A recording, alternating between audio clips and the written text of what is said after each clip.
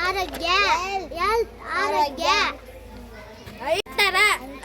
ಎತ್ತರ ವೇಟ್ ತೂಕ ಕೋಟ್ ನೆಗಡಿ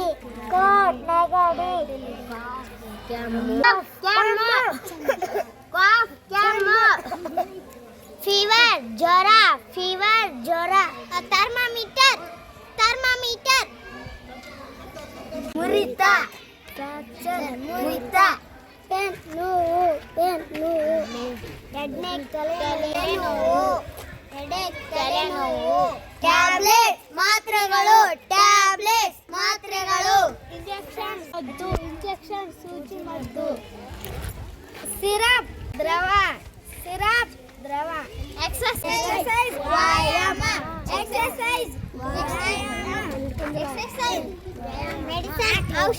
ಮೆಡಿಸನ್ ಔಷಧಿ